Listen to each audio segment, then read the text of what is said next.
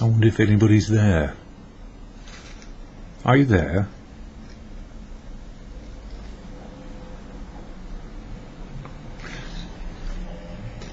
Oh dear, sorry. It's me, Don in London. Hello. It's March 9th, 2013. My video's all about recovery from addiction to either substance or behaviour. And I'm an alcoholic in recovery. That's me, Don. I'm an alcoholic in recovery, one day at a time.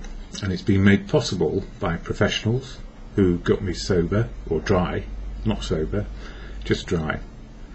And probably a dry drunk, which means I still had all the isms in me. And then they suggested I go to a fellowship called Alcoholics Anonymous, the very last place I would have chosen to be on the planet. And indeed, for most of my drinking career, which was for more than 3 decades, approaching 4, I had no clue about AA, the Fellowship of AA, Alcoholics Anonymous, and I didn't really want to. But they suggested it, they being the professionals, who said, we can't be with you all the time, but there are people around who will give you time, not necessarily on their own, but as a fellowship to help you keep sober. And then you can help other people keep sober as well. And I thought, well, what does that mean? Do I have to give up my freedom? The answer is no. I gave up nothing except one thing: drinking. And the same applies to any addiction I may have had, not only about alcohol, but people, places and things as well, trying to be perfect, always on the journey towards being okay, but never quite okay on the journey.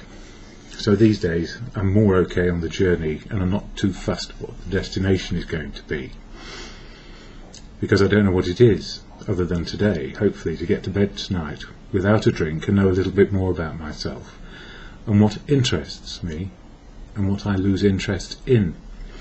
So I can definitely say I've lost interest in drinking alcohol, because it can't do anything for me anymore. It can't improve reality. It cannot improve my feelings. It might just twist them a bit, and twist reality and my feelings. So rather than be twisted by a substance or behaviour, I'd rather get straightened out so I can just enjoy what is, and if it's not enjoyable, move on to something else which can be enjoyable. And also now I've got to get a job done when I need to get a job done, so I don't get angry and upset when life is difficult. So how did fellowship help me do that? Well, before I go into it, and I'm going to share some of my notes from today, I don't represent the fellowship of AA, ever.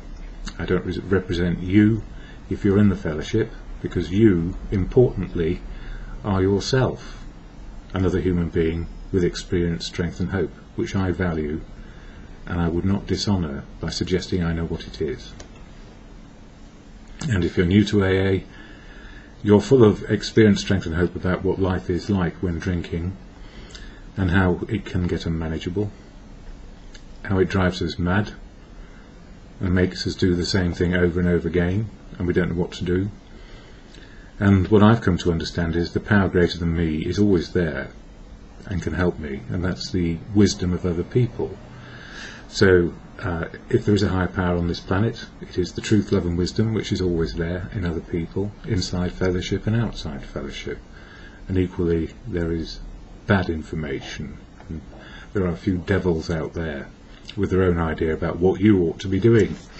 So I don't suggest you do anything, or I don't instruct you to do anything ever, but I might suggest a few things which helped me along the way. And the first thing I had to learn was how to listen to suggestions rather than instructions, because I was defiant and stubborn. If anybody told me what to do, I would be very, very cautious, either about listening to it or acting on it. But suggestions seem to be better, because I have a choice. So that's what it is. It's a choice, free choice these days, to live sober. So what is AA? I'm going to share the AA preamble, just so you know what it's about if you don't know, and just to settle me down into the moment of now, and then share some of my stuff rather than AA stuff, which is freely available on the AA websites around the world in your own language, and in words which are easier to digest than mine, probably. Anyway, here is the AA preamble. Alcoholics Anonymous is a fellowship of men and women who share their experience, strength and hope with each other, that they may solve their common problem and help others to recover from alcoholism. The only requirement for membership, and it's very loose, is a desire to stop drinking, and I wasn't very good at that to start with. Drinking made it possible to go to meetings because I hated them. Not a very good way to start, but that's the way I started.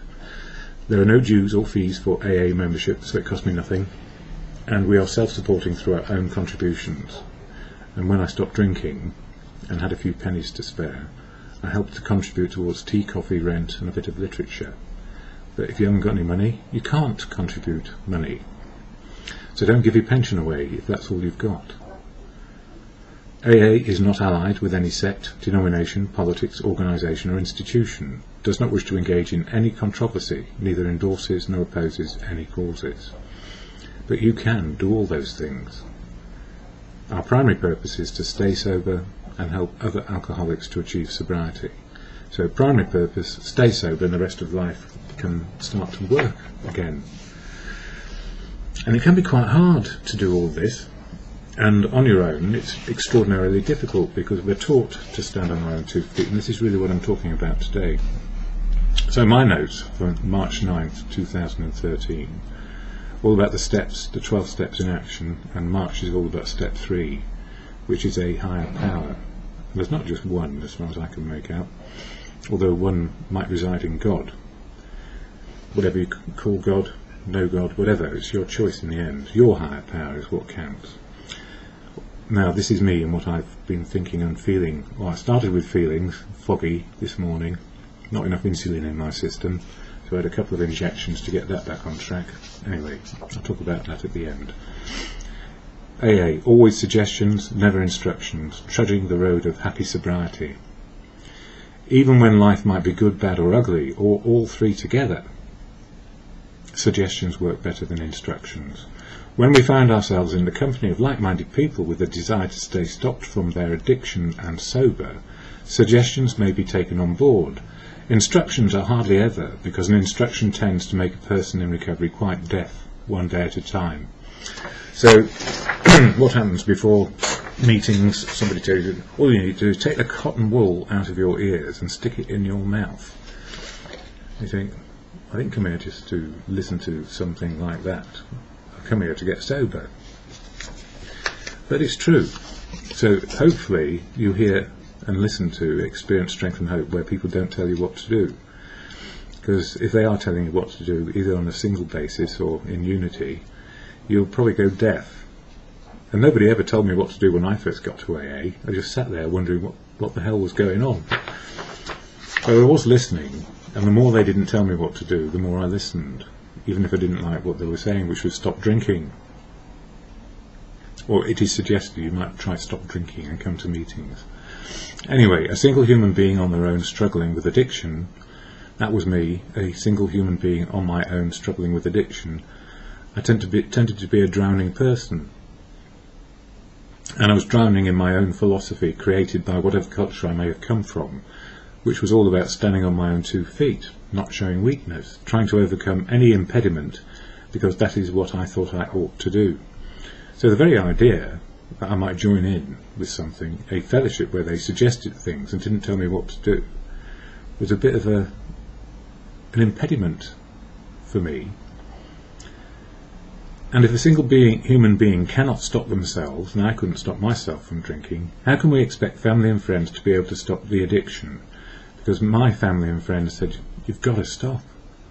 It's killing you, and it's killing us watching you do it. And I couldn't stop, no matter what. I was addicted. The definition is doing the same thing over and over again, and not being able to stop, and expecting it to be okay after we've done it, and of course it's not. So if a single human being cannot stop themselves, how do we expect family and friends to stop them? And the answer is they can't.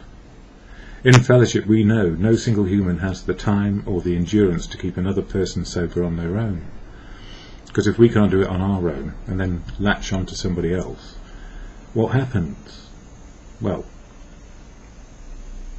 working in unity, recovery, is made possible by the many who support each other with their experience, strength and hope, and working together always to help another single human make it into recovery. If the single human is willing to have a go one day at a time, so are we willing to have a go one day at a time? Well, you know, it does take time. You can't just do it overnight, I found. Some people do go to their first meeting, think, oh my God, this is the best thing since sliced bread. I'm all for it. I like the suggestions and I'm on my way. Well, I wish it happened that way for all of us, but it doesn't. Some of us slip and slide a bit because we've been doing it for so long we can't get out of it. So the habit needs to be broken.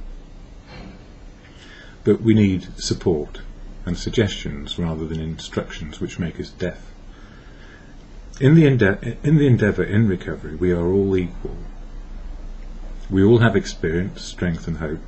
We are all able to share either one-to-one, just simply the person sitting on the next chair, hello, my name is Don and I'm an alcoholic. And they may say, my name is Joe Smith or Josephine Smith. And I'm also an alcoholic, and I'm new, and I've only just come in. And I was reminded of this because a friend of mine, who I saw last Thursday, some years back, she was at a meeting on a Wednesday night, and I saw and heard her say, I'm new, and I was worried that that particular meeting was short on friendship. So I gathered up two friends, female friends, and said, come with me and let's talk to this person. And I introduced this lady to these other two ladies, or however you want, girls, women, whatever, and they got together.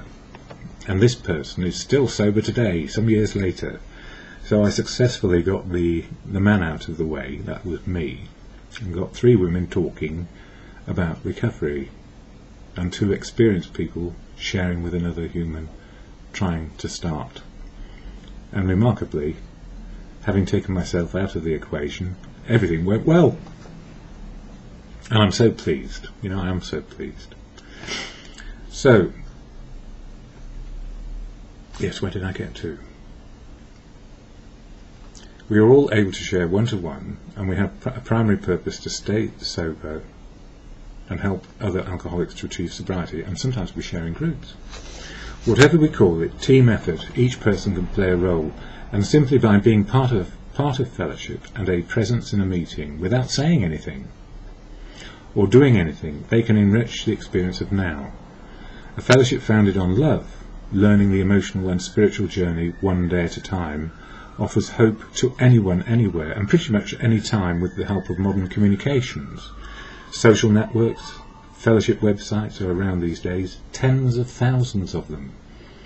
And the same is true of the medicine men who may have snake oil to sell you. When fellowship asks nothing of you, other than maybe to keep coming back, one day at a time.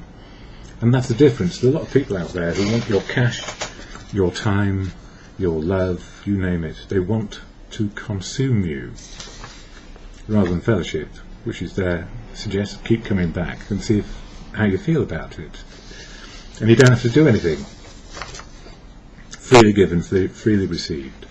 And then, having received it, you may stay sober and share it with another human being, or two, or a group, or wherever you choose, which is right for you. So if you're looking for a higher power, you won't find it in a single person in the fellowship of AA. A single person in the fellowship of AA has a lot of experience, strength and hope to share, but no amount of experience, strength and hope from one person can be as powerful as the many voices sharing experience, strength and hope on a daily basis. Experience over the years has shown me, if one person leans too heavily on another person, both can suffer dreadfully.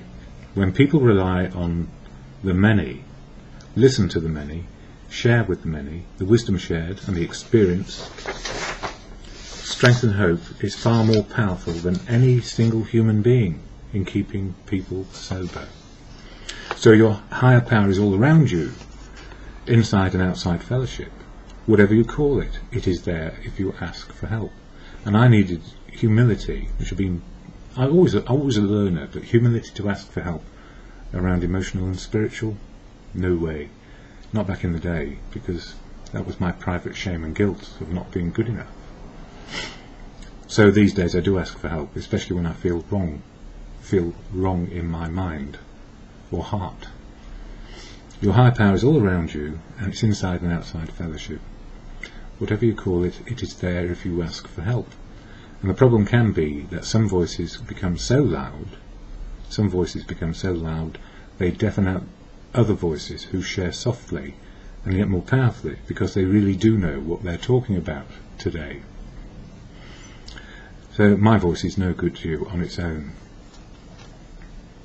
It really isn't, because it's I go to meetings to hear my life shared by others. Many people making it the combination of life experiences which got me into addiction and what keeps me safe from addiction to a substance or behaviour. So beware anyone in fellowship who suggests you deny your feelings. This is so important. We're on an emotional and spiritual journey, but we think out our feelings and act out on them. So if you deny your feelings, because your feelings are always there, even if you don't like them, your feelings are there, or sometimes you do probably, you try and suppress them. Emotional and spiritual, your feelings in the moment of now will determine how you think and act in any given moment. If you feel good, you are likely to think good, and your actions are good. So that's pretty easy. If you feel bad, you might try hide your bad feelings, but they are there, and you have them. So thinking is doubly hard to overcome your negativity. So you're thinking, I can overcome my feelings. Well, they're still there, even if you're trying to overcome them. So it's doubly hard. And your actions are laboured and cumbersome and often mulish, so they're obstinate. An emphatic no can be better than a half-hearted yes when you feel wrong about doing something.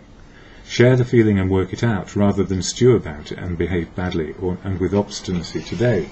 So if somebody says, how do you feel about doing this? Or how would you like to do this? Well, I don't feel like it. I don't know why, but I don't feel like it. And they say, you'll feel better after you've done it. Well, maybe in some cases that is true, but you can say, well, I don't feel right about it. And I often hear this said when somebody is doing a chair at a meeting. I didn't feel like it beforehand, but I know I'll feel better afterwards because I've got it off my chest. And what do they get off their chest? Their feelings. And share them. And everybody says, I always feel like that too. And so the irony is, if you stop trying to think your way out of some things and just say, I don't feel like it, but I don't know why, and then somebody encourages you to do something which is useful, maybe it's a good idea or a bad idea, you can make your mind up and then check out your feelings at the end. But we can be very obstinate. So although my wisdom is limited to my experiences, the higher power always comes out in other people as they share truth, love and wisdom, their truth, their love, their wisdom. Listening to the truth of other people, and that it can be based on love and their experience of life, always offers me a new outlook and can improve my own outlook on any given day. As God works through people who are open, honest and willing, this is true for me. So truth, love and wisdom from others, I see as the higher power and God. Gandhi said, God is truth, God is love. And I reckon wisdom goes in there too, which we learn constantly. So truth, love, wisdom keeps on changing. Yes, so God works through people. The devil is also available through people who are closed down, dishonest and unwilling to let go their bad behaviour, who might try and control and manipulate you. We still need to work out the good from the bad and the ugly. So we have a bit of a journey on our hands. Because sometimes we don't know who's good, bad or ugly. Sometimes we don't know what the devil is in the detail. Would you mind coming along to this coffee morning and suddenly you're getting your checkbook out to sign up to something? You are allowed to say, oh well no, I don't feel like it.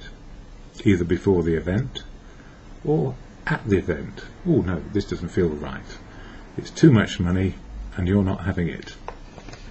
That's just an example of me being a bit, what with it.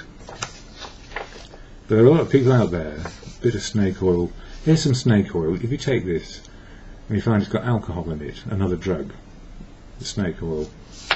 So look for people who are not trying to get something from you and not trying to make themselves your sponsor or your best friend. But, listen out for what's going on around you inside fellowship and outside fellowship, because people are the same in all of our different endeavours. They're still human, and they can still be full of it, like me, or less full of it in terms of the bad and the ugly. So we work it out. How am I feeling today? I felt really rough this morning, which is true. I had the shakes and was not myself. Not enough insulin on this occasion left me foggy, but I had the shakes for some reason, which is unusual. Anyway, they've gone. And then a call from my best friend. Very busy at work, not feeling the love this morning. So I gave him some. So I gave her some love over the airways. Love is unconditional love, not any other way.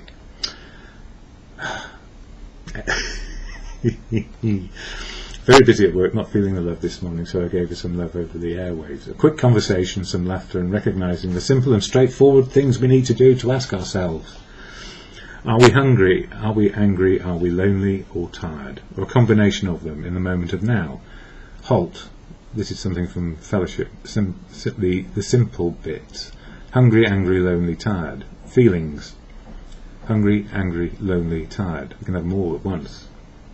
Is the quickest way to understand what's on our case when we ignore our feelings and we are consumed by our thinking and acting.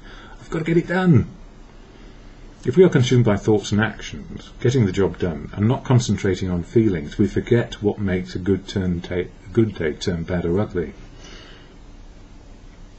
So, if we feel bad, and we don't recognise we're hungry, angry, lonely or tired, or something's been cocked up or whatever, we ignore our feelings and turn ourselves to robots, thinking and action. Once I've got through this, I'll be all right. And the answer is you won't. Unless you say, I feel bad because I'm under the cosh and I need to finish the job. And then I need to rest. So you've got a plan, which takes you out of the bad and the ugly, which is I've got to endure some stuff right now because the job needs to be done. And then I'll be okay because I can get some rest and go to a meeting or have my dinner or my breakfast or my lunch or whatever it happens to be. So when we are consumed by thoughts and actions, getting the job done and not concentrating on feelings, we forget what makes a good day turn bad or ugly. I feel good right now. I'm able to write and make sense that there are powers greater than me. So when I feel peculiar, sometimes my best friend rings up and I feel a lot better after we've had a chat. And the same applies to other good friends and best friends. And the answer is simply to be patient sometimes, rest when we can, and still get the job done with a better outlook just for today. Oh, and in my case, inject the right amount of insulin before I go to bed at night, so the fog clears and there is clarity for one day. I got type 1 diabetes in recovery from having a minor operation which led to an infection and a virus. So the good news in recovery is we get all the other diseases which are available to people as they get older or have operations or do anything or get run down by a bus. We're not immune to life, and that's the great news. We're not immune to life. It keeps on happening. And, out of my family, 2 parents now have had cancer. One died 22 years ago, one's still going, and getting the right medication, which will keep her going for quite a long time, I hope. So we are not immune to life, and I suspect I'm more likely to go a bit senile and get dementia given the amount of alcohol I drank over the decades. So we have our consequences which we don't know yet. But today, at the place where I'm living, today, just for today, it's okay. And even when it's not okay, hungry, angry, lonely, tired, check my insulin levels, have I taken my medicine, all those things apply. So my higher power sometimes comes in the form of hungry, angry, lonely, tired. Ask yourself the simple questions, maybe a bit of prayer and meditation if you're up for it, and that's what belongs with you. I'll tell you what, meditation and spiritual, living in the moment of now, and understanding it, understanding reality and clarity, is far better than taking a bracer or taking the edge off in some way. Spiritual rocks in the moment of now, even when we're on the rocks or at rock bottom. Spiritual will save us because it's about truth, love and wisdom. The serenity prayer, or a restoration to sanity when everything's gone to shit.